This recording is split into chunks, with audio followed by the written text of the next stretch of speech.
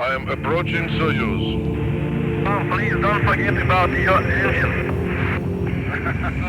As the Cold War still burned, two spacecraft from opposing ideologies came together. Contact. The American Apollo crew emerged into the Soviet Soyuz, and the two commanders exchanged the first international handshake in space. While the mission was a technical achievement, it also heralded a new age in space exploration. Tensions fueling the space race were subsiding. A new age of collaboration was born.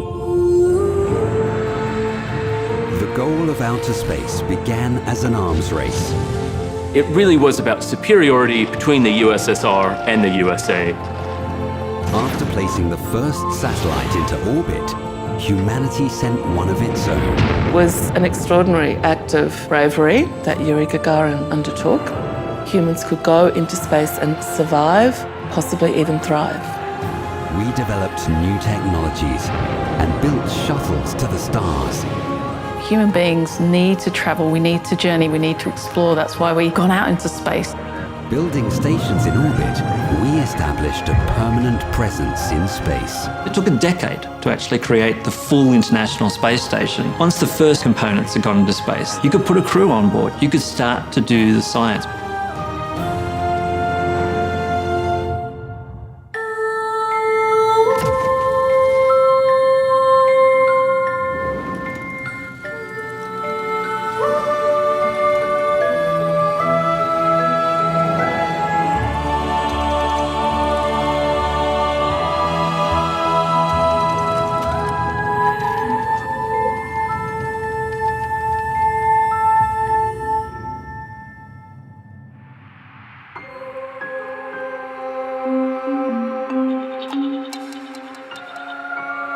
As the Second World War came to a close, the United States and Soviet Union rushed to salvage Germany's scientific minds and the technology they had developed. The space race really began, I guess you could say, out of World War II and the development of the V-2 rockets. The world's first long-range guided ballistic missile, Germany's V-2, could cross the threshold of space. Everybody knows there's this missile that can travel between continents, and it's been very successfully deployed in the UK and in Europe. And everyone knows there's a whole bunch of people with expertise.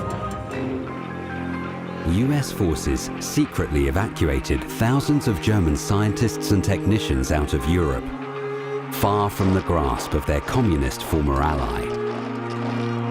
The campaign was codenamed Operation Paperclip.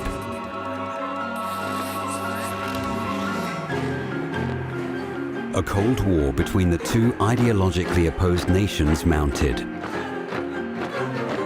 Each stockpiled weapons and the technical capability to deliver them. From America's perspective, the Soviets were too technologically backwards to develop a rocket capable of delivering a nuclear weapon to the United States. In 1957, the Soviet Union announced the world's first intercontinental ballistic missile, capable of carrying a nuclear payload 8,000 kilometers, the R-7. However, its enormous size proved impractical for warfare. The Soviet leader allowed his scientists to modify the missile to carry a satellite.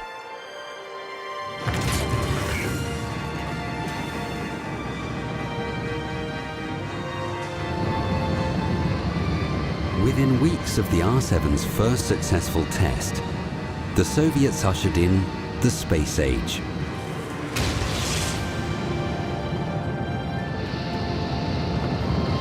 Bearing the Russian word for traveler, Sputnik climbed over 900 kilometers to the heavens.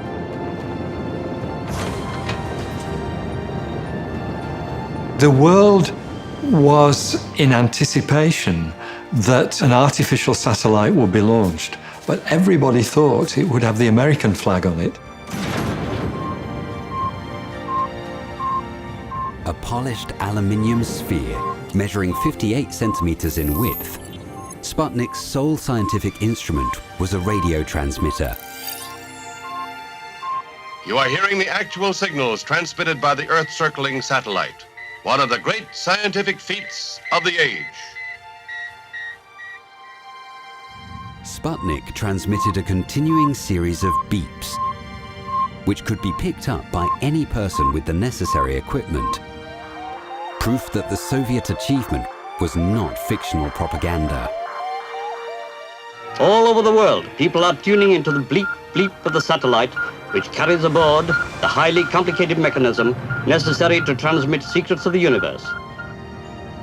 It's a very characteristic beep, and I would love to know how much forethought went into that. For some, I'm sure it sounds inspiring. For others, it sounds kind of intimidating. But to hear this artificial thing beeping and saying it above, I think put a real panic into some people. And there was almost sort of hysteria, but at the same time, there was a fascination that humanity in some way had put this small object into orbit around the Earth, and thousands of people would go out each night to watch this tiny point of light travel across the sky. It really triggered a huge interest in space that hadn't been appreciated in the wider population. The space race was essentially here. It was not a pipe dream, it was reality.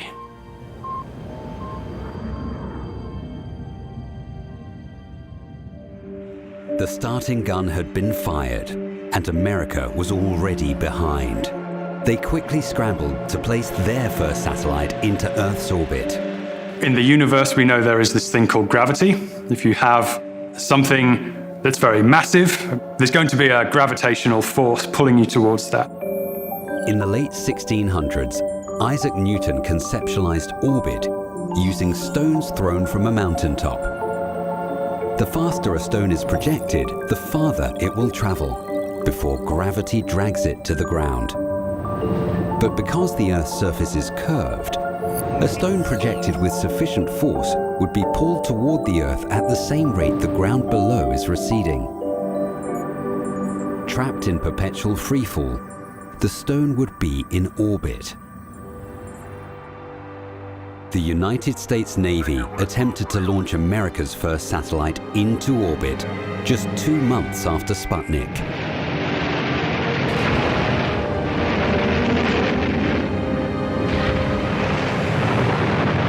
Disaster follows, as this official film shows only too clearly. Following Vanguard's failure, America's goal of space was handed to the Army. Wernher von Braun, the V-2 engineer snatched up during Operation Paperclip, would refine his Jupiter C rocket to deliver the satellite. We've been assigned the mission of launching a scientific Earth satellite. And we will use the Jupiter C configuration as a carrier that we developed along with the Jet Propulsion Laboratory. I promised the Secretary of the Army that we would be ready in 90 days or less. Let's go, Werner. They had to get something up there fast to show that they were still a major superpower when it came to space exploration. Collaborating with the teams of William Pickering at the Jet Propulsion Laboratory and James Van Allen, the lead designer of Explorer 1's instruments, von Braun was ready in just 84 days. 2, 1, fire command, fire command.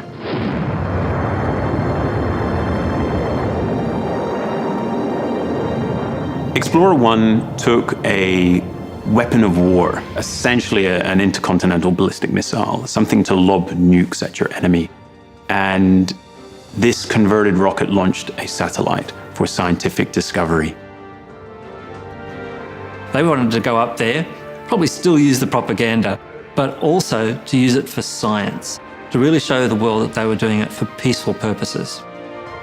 Among its scientific instruments, Explorer 1 carried a Geiger counter. It confirmed the presence of a large band filled with high-energy charged particles, radiation that had been captured by Earth's magnetic field. Named for James Van Allen, the radiation belts sit high above the atmosphere, shielding Earth from the harmful solar winds. There are experiments going on right now around the sun to better understand how these radiation belts affect us, because that directly influenced how the future missions were designed to send people past these belts onward to the moon. On March 31st, 1970, Explorer's journey came to an end after 58,000 orbits.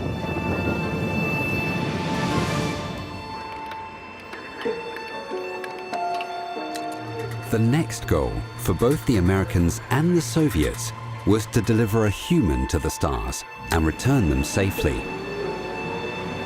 No one knew what the vacuum of space, the fact that there was no air and therefore no pressure, was going to do. No one understood the temperature ranges. No one understood, could a human survive? Would a human being's blood not just pool up as little balls in their veins, or would they be unable to swallow? We simply did not know. Forming in 1958, NASA initiated its human spaceflight program, Project Mercury. The Mercury astronauts were selected from a very large number of flyers and ex-fighter pilots. From all of the active duty pilots in the Navy, Marines, and Air Force, the service records of 473 test pilots were selected for review. 110 met the basic qualifications. You could not just select the average human to go up. You needed someone who has a history of not only the physical effects, but what happens when something goes wrong. They wanted people that had the right stuff.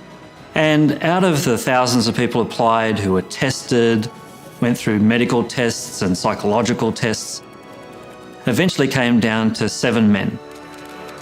NASA revealed the Mercury 7 on April 9th, 1959.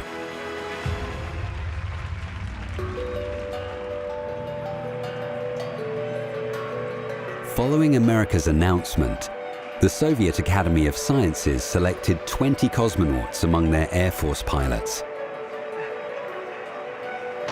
6 received accelerated training, and 1 was chosen to be the first man in space, Yuri Gagarin. Yuri is many things: a brilliant mind, a loyal Soviet. You could not have asked for a more perfect representation of your nation, because he is about to become the most famous man in history. Gagarin's Vostok 1 was to take off from the same cosmodrome in Kazakhstan that launched Sputnik. Some rockets accelerate extremely fast, and if you used those for a human, they wouldn't survive the launch. They couldn't take the G-loads. So rockets for humans have to take off relatively slowly, gradually pick up speed.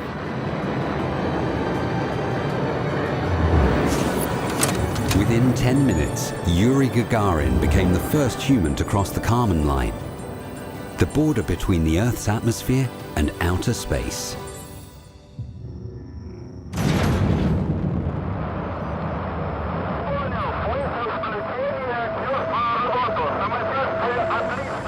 Yuri Gagarin's flight, Vostok 1, was just incredible.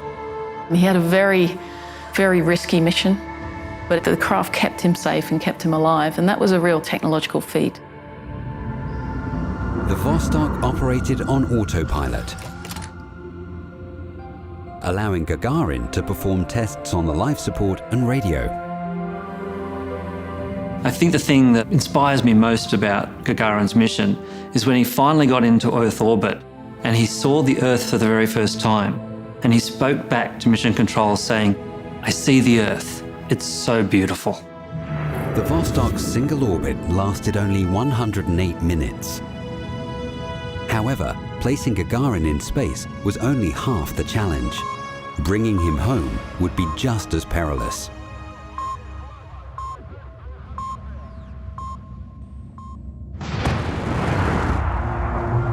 If you're in your capsule returning to Earth, you're going to be careening down through the Earth's atmosphere. And at the speeds we're talking, it's going to generate an enormous amount of heat. The gas that's right at the nose of the re-entry module can be hotter than the sun. the re-entry capsule failed to separate from the service module, sending both into a life-threatening spin. Luckily, the friction burned through the cables connecting the two. 2.5 kilometers from the ground, Gagarin ejected.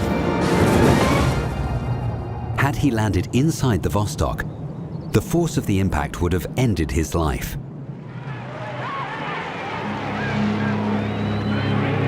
Yuri Gagarin's safe return penned a new chapter for the world. This Russian achievement of landing an astronaut safely after orbiting the Earth is really one of the greatest events in the history of mankind. The Russians have succeeded in breaking the barrier which binds man to Earth, and the path is now open for them to explore the solar system. It was an extraordinary act of bravery that Yuri Gagarin undertook. We knew that humans could go into space and not only live, but survive and possibly even thrive.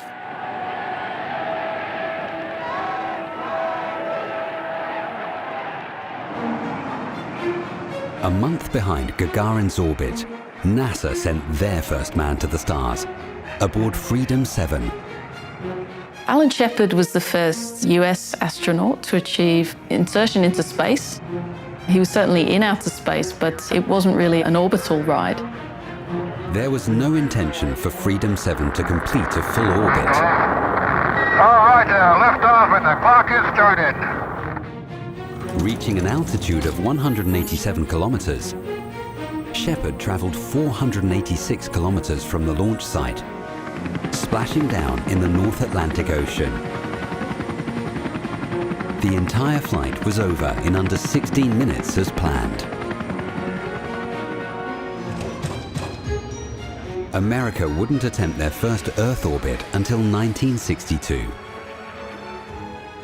John Glenn's Mercury capsule bore the name Friendship. Stations, gantry is in launch position. Start interrogation in 1 minute.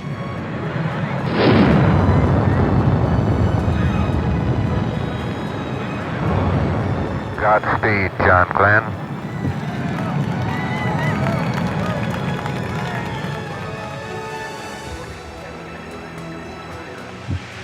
Roger, 0G, and I feel fine. Capsule is turning around. Oh, that view is tremendous. John Glenn successfully traversed the globe 3 times. This is Mercury Control. The Friendship 7 spacecraft is now committed to its 3rd orbit. Unlike Gagarin's journey, which was shrouded in secrecy, the flights of Shepard and Glenn were broadcast around the globe. Never in all of history have so many people shared, without censorship, an adventure of such magnitude. Through all news media in all languages, all the peoples of the world are witness to this exploration of space.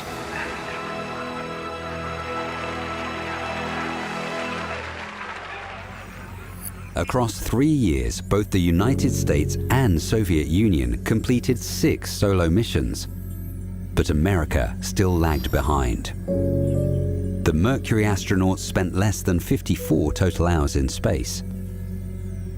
The Vostok cosmonauts totaled 16 days. The Soviets achieved the next first with the flight of Vostok 6 in 1961. Vostok 6 was historic. It saw the first female cosmonaut, Valentina Tereshkova. Tereshkova spent nearly 3 days in orbit. However, the nature of space sickness wasn't fully understood at the time. Ground control was unsympathetic to her condition. The stories that came back later was that she was groggy, didn't respond quickly to commands, and while she was very much celebrated as being the first woman in space, she was also heavily criticized. Despite the complications, Tereshkova paved an important stone on humanity's path to the stars. With a dozen single-occupant missions in the history books, The space race competitors strove to increase the size of their crews. One person can only do so much, and you're going to need support from other people, whether that's for health reasons or different skill sets. NASA approved the Gemini program 3 months before John Glenn's orbital flight. It would take years to develop a capsule for two. It's not a linear problem. It's not as easy as simply taking a small spacecraft and scaling it up. The complexities of the aerodynamics becomes quite challenging in achieving the right design for stability and for protection against the thermal conditions. To ensure they remained ahead of the US, the Soviets retrofitted their one-seat Vostok capsule and placed an extra rocket on the exterior to create the Voskhod. The need to put more crew meant every single piece of weight had to be justified, to the extent that the crews themselves were even going on diets. The life-saving ejection seat was stripped, and the Voskhod 1's crew would venture into space without protective suits. No second chances, no backup. If the pressure of air for breathing was lost, then that would have been it.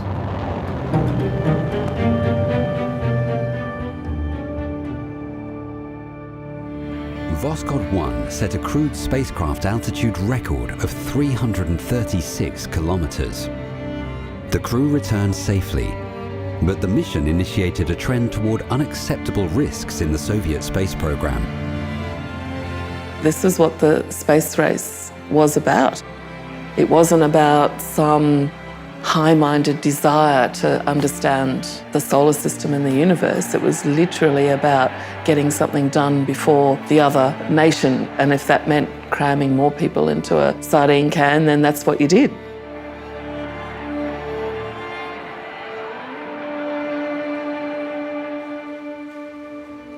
While the Americans prepared for their first two-man team in space aboard Gemini 3, the Soviets sprinted ahead.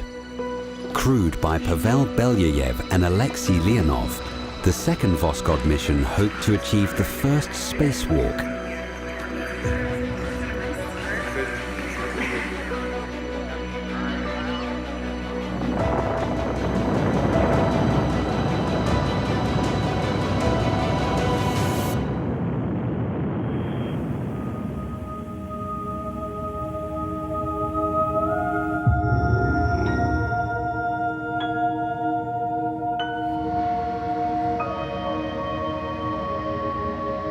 Voskhod 2 was equipped with an inflatable airlock, facilitating Alexei Leonov's transition into space. Once cosmonaut Leonov exited the craft, he beheld humanity's first unencumbered view of the world. You're in a capsule. You have very limited amount of material between you and the absolute guaranteed death of space. The thought of then leaving that and trusting to essentially fabric is appalling. A 5-meter tether was all that kept him from floating into the void. Alexei Leonov was from the military, so I'm sure he would have been very disciplined about what he was doing. Leonov later wrote that he felt like a seagull with its wings outstretched, soaring high above the Earth. He was the first person with an almost perfect view of our planet hanging there. Taking in this amazing view beneath him, the Earth, our home, the fragile atmosphere that we have, and him linked to a spacecraft by just a tether. However, Leonov's historic spacewalk quickly turned into a disaster. He noticed that his hands were slipping from their gloves and his boots no longer fit. His suit was expanding in the pressureless vacuum of space. Leonov had only minutes to re-enter the Voskhod before he would be plunged into darkness as the craft entered the Earth's shadow. The cosmonaut vented half his suit's oxygen as a last-ditch effort to reduce volume and regain mobility. It was a quick decision in the matter of literally minutes. He didn't know if that was the right or wrong answer. He just knew that was his only chance of survival. The hatch was finally closed. But the explosive bolts that separated the airlock sent the capsule into a spin. The Voskhod would touch down 2,000 kilometers beyond their emergency landing site. When rescue teams finally discovered the crew, they had spent 2 nights in a Siberian forest, enduring temperatures below -25 degrees Celsius.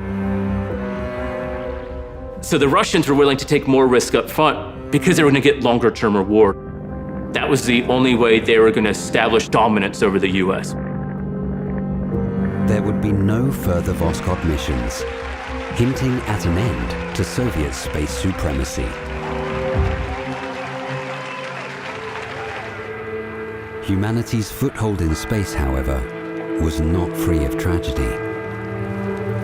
Both the Americans and Soviets lost lives. In January 1967, 3 NASA astronauts perished when fire erupted inside the Apollo 1 capsule during a ground test.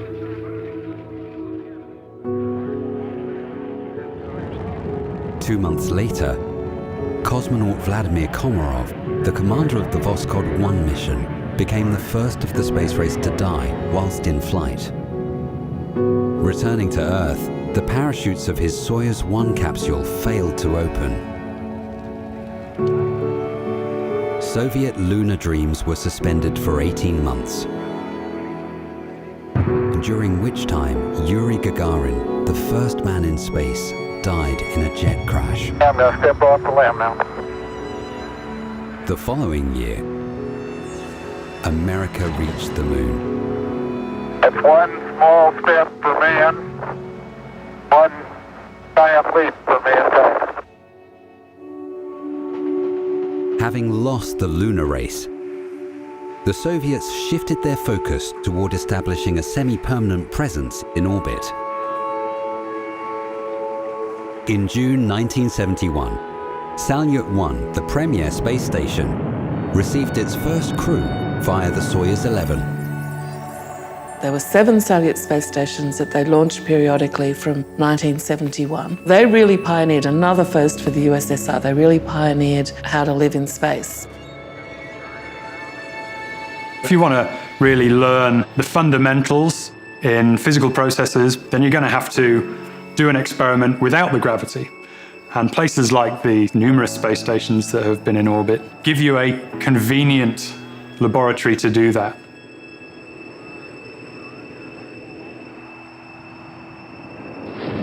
In 1973, the United States launched its first space station, Skylab.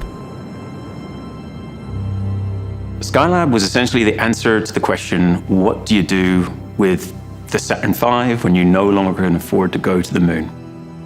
You use its spare parts to build a space station. But as soon as the uninhabited station was placed in orbit, it required repairs. After the launch of the Saturn 1B rocket, the solar panel, one of 2, actually ripped off, and its sunshade, which was to protect the spacecraft from the radiation of the sun while it was in orbit, was also damaged. The first team deployed to Skylab were tasked with restoring the station. So the astronauts had to have an emergency repair mission. And that itself was a difficult maneuver. The 2 astronauts outside in a ballet of trying to actually hold one astronaut by the legs while the other was using a long pole with some scissors on the end to cut that cable. Rotate the pole clockwise. How's that? Okay, that's pretty good. Eventually, of course, just the ingenuity, the efforts of human beings being up there managed to get the station up and running.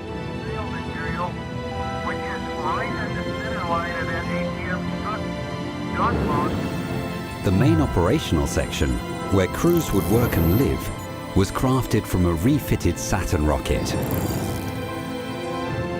It had a galley, a zero-gravity shower, and sleeping quarters.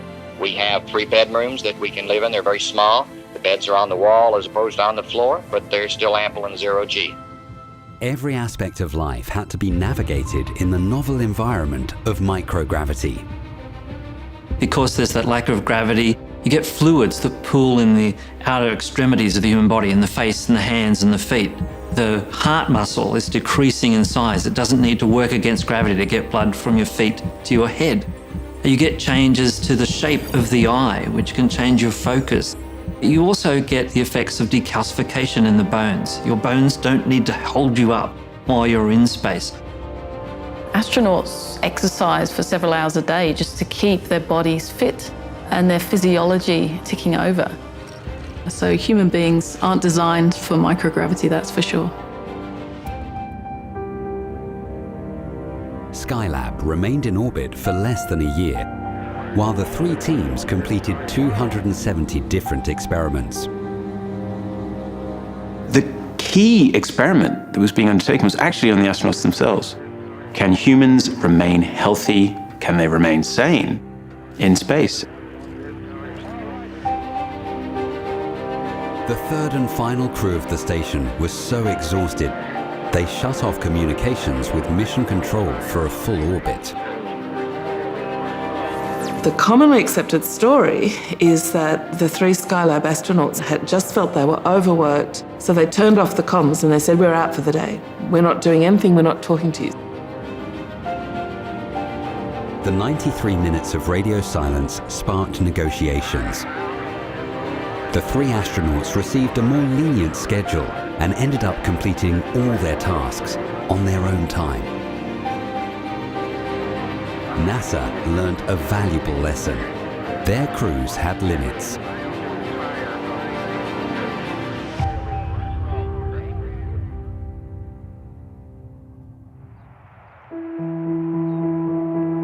In January 1967, the United States and Soviet Union joined with the United Kingdom to sign an international agreement regarding future space ventures. The Outer Space Treaty of 1967 was designed to prevent the proliferation of nuclear weapons into orbit and beyond. It was to try to limit the claim staking of governments. In other words, the exploration and utilization of the celestial bodies, the moon and beyond, should be for the peaceful purposes of mankind, for the benefit of all, for exploration. While the governments of the USSR and US remained engaged in a stalemate backed by mutually assured destruction.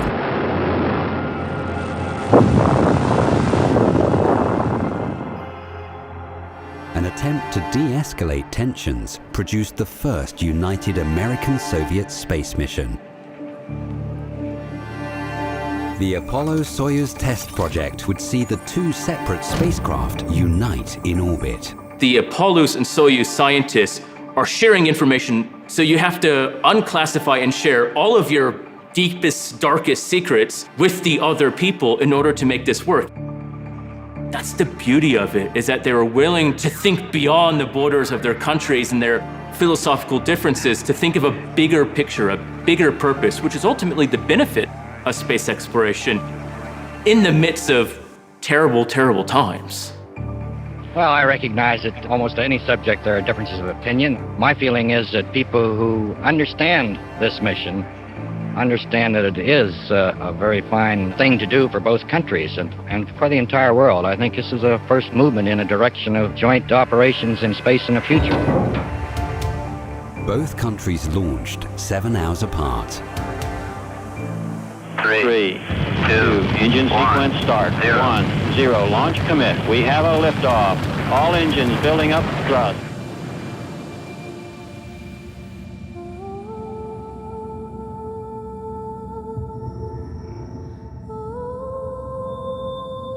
Both control centers, Moscow and Houston, have given a go for docking.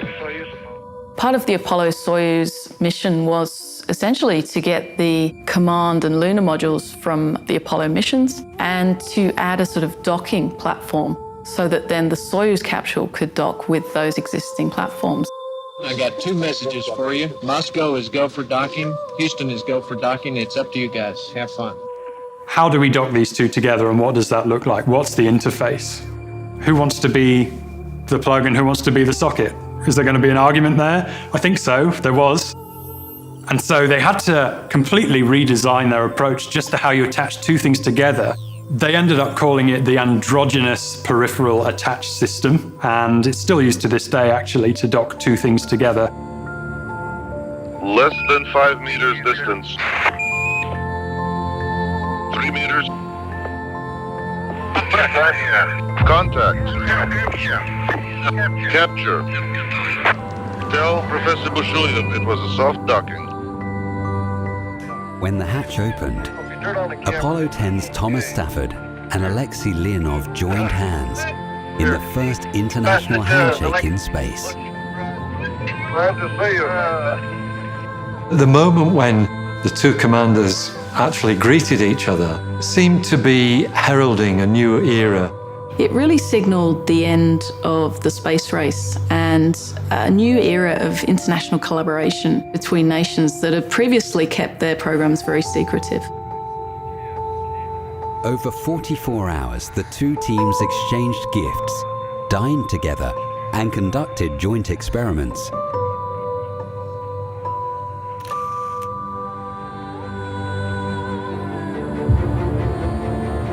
After undocking, Apollo eclipsed our sun, so the crew of Soyuz could study its corona. The fact that these two former arch rivals in the world of space could come together, it seemed like a pivotal moment in perhaps human cooperation as well as activities in space.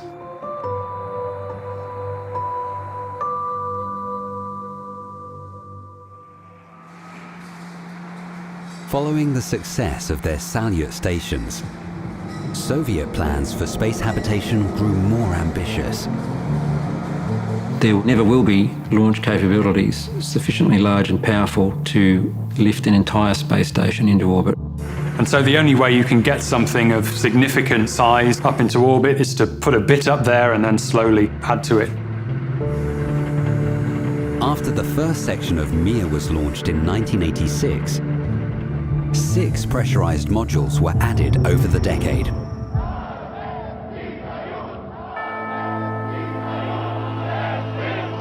One of the things that interests me about Mir is that cosmonauts on board the spacecraft actually straddled the end of the Soviet Union, the end of that era. Sergei Krikalev was on his second tour aboard Mir when the Soviet Union fell. He was a stateless person in orbit around the Earth, not quite knowing where he belonged. Serving as the flight engineer, Krikalev agreed to stay and perform the same duties for the next crew. Flying to Mir as a Soviet citizen and returning to Earth as a Russian citizen. Falling around the Earth at an average height of 360 kilometers, the name Mir translates to peace. It was really filled with international projects, and many other nations were invited to take part. Mir was visited by astronauts from a variety of nations across North America, Europe, and the Middle East, as well as a television reporter from Japan. And it's wonderful to see a project that was truly international in spirit, going up into space and creating that environment that later led to the wonderful international cooperation that we see today. However, towards the end of its life, Mir was plagued with hygiene issues. I think Mir was a little bit like a cruise liner, can be a little bit susceptible to people's infections. Mir was surrounded by a cloud of little yellow frozen urine drops. Waste management, always a big issue when you're in space. Urine particles even damaged the station's solar panels. By the end of the program, in fact, it had to be abandoned, unfortunately. But it was a pretty successful experiment all up. There was a lot of scientific achievements. By the late 1990s, malfunctions and hazards were mounting. Mold growth, computer crashes, even a fire.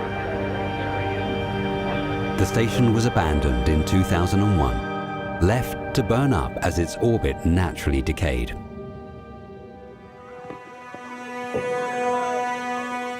The same year humans set foot upon the moon, NASA hatched plans to reinvent space transportation.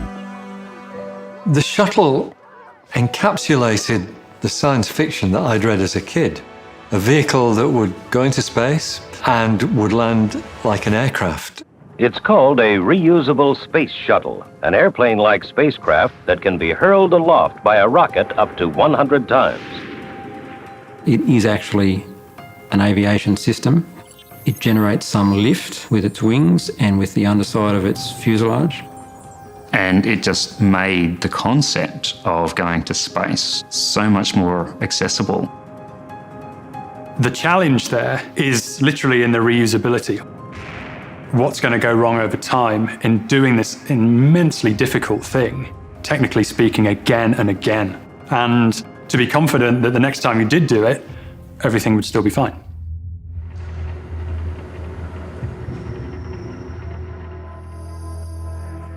Space Shuttle Columbia was ready for the program's maiden orbital flight on the 20th anniversary of Gagarin's journey to space.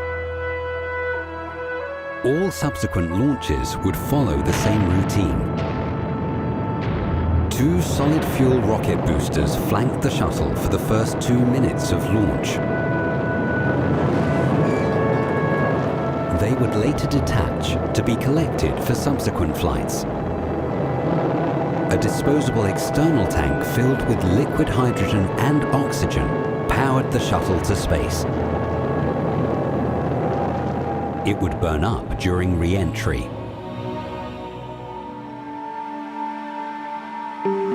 In order to withstand multiple journeys through the Earth's atmosphere, NASA engineered a resilient thermal shield. The shuttle's aluminium shell was encased in over 24,000 protective silica fiber tiles. The black tiles on the belly, nose and wings, where the heat would be greatest, could handle temperatures up to 1260 degrees Celsius. NASA's fleet of 5 shuttles performed 135 orbital missions over 3 decades. In addition to hosting their own experiments, the shuttles launched satellites and space telescopes, as well as delivering astronauts to space stations.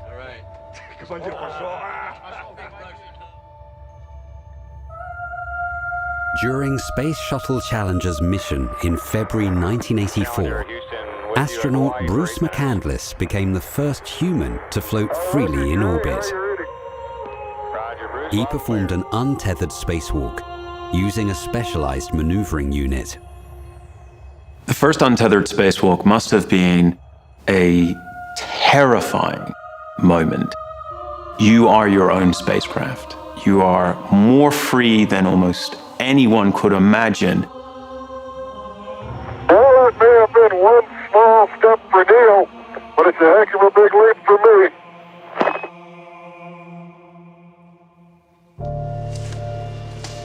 While the shuttle program basked in numerous triumphs, it remains mired in tragedy. 2 years after McCandless's spacewalk, disaster befell Challenger, 73 seconds into launch. Liftoff of the 25th Space Shuttle mission, and it has cleared the tower. A rubber O-ring in one of the solid rocket boosters failed. And that allowed hot gases to cut through a strut, which was holding on the big external orange fuel tank. Challenger, go at throttle up. The entire space shuttle and tank ended up self-destructing. Flight controllers here looking very carefully at the situation. The shuttle program endured a second disaster 17 years later in 2003. During Columbia's launch, a piece of foam insulation broke off from an external fuel tank and struck the orbiter's left wing. The heat shield was compromised. It didn't prevent the space shuttle from safely reaching orbit, but it was a very, very big problem for re-entering. Yeah, you definitely don't want to be the outside now. As Columbia descended into the thicker atmosphere, hot gas penetrated the craft, causing the wing to tear from the shuttle. Columbia disintegrated, killing the 7 crew. Space is hard, we say in this industry, and the astronauts paid the ultimate sacrifice. The reverse of that, of course, is the fact that there's so many missions came after. We learned from those mistakes, we continued to explore, that mission went on. And so I think that that's the best example of what we do as human beings. While NASA persevered through both tragedies, the shuttle program never fulfilled its initial promise. It was a marvelous instrument. It was a fantastic vehicle. It just cost too much to keep reusing. When first proposed, the cost of a single launch was estimated to be as low as $22 million. In the end, the average cost was $450 million. For all that, the space shuttle could hold its own against any number of the other marvels of the space era. Space Shuttle Atlantis completed the program's final flight in 2011. Having fired the imagination of a generation, a ship like no other, its place in history secured, the Space Shuttle pulls into port for the last time, its voyage at an end. As the 20th century came to a close, construction was underway to facilitate a new age of space cooperation. 302, BP44, 871, 6290. Astronauts aboard the Space Shuttle Endeavour delivered and connected a station module called Unity to the Russian module Zarya. Houston Endeavour, we have capture of Zarya. The International Space Station was born, but it was far from complete. It took a decade to actually create the full International Space Station, but once the first 2 or 3 components had gone into space, the first solar panels, the first modules, the first power systems, you could put a crew on board. You could start to do the science. An international community would be invited in. This would demonstrate that collaboration and cooperation was the way space was going to go in the future. Since November of 2000, humanity has maintained a presence in low Earth orbit, aboard the world's greatest laboratory. It really opened up space to the world in a way that had never been accomplished before. It just made our ambitions greater. Following the space shuttle's decommission, the Russian Soyuz provided the primary access to the ISS.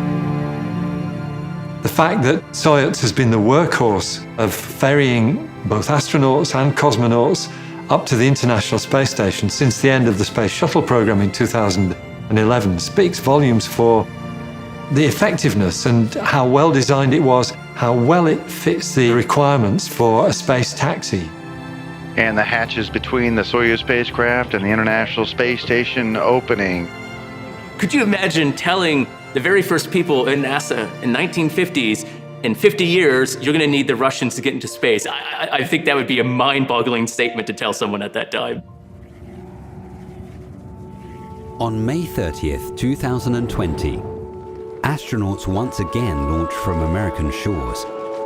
This time aboard a capsule and rocket designed by a private company, SpaceX. Ignition.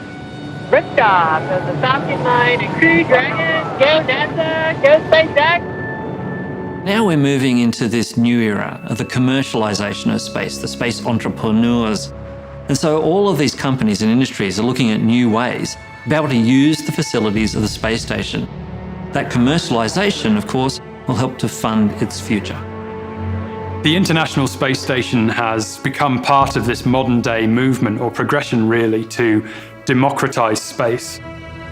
And what that means is it just gives a more level playing field style of access to space for just about anyone.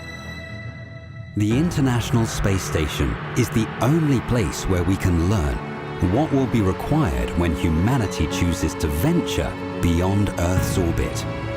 If, as a race, we are to explore the universe, we need to have the experience. We need to have an understanding of how to handle those extreme environments. So we're now using the International Space Station as that test ground to see what the effects long-term will be of humans in space, not only the lack of gravity, additional radiation, how do you grow food along the way, how do you survive in a closed environment that has to work perfectly for those future journeys. The story of the International Space Station will soon come to a close, but its place in the history books will endure as a testament to what a united humanity can achieve.